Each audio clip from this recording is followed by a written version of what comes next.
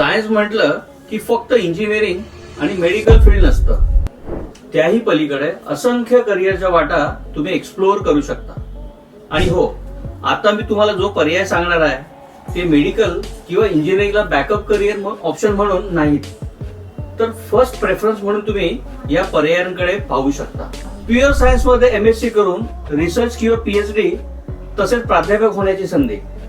Defence services मध्ये NDA, CDS, TES, short service commission, computer technology मध्ये software developer, data scientist, cyber security expert, pharmacy मध्ये pharmacist, biotechnology and genetics मध्ये biotechnologist, संशोधक, genetic counsellor, agriculture and allied field मध्ये कृषी अधिकारी, शेती संशोधक असे बरेच पर्याय उपलब्ध आहेत. यासोबतच architect, commercial pilot, training, statistics अशा फील्ड मध्ये तुम्ही मास्टर की मिळून एक उत्तम उत्पन्न मिळवू शकता.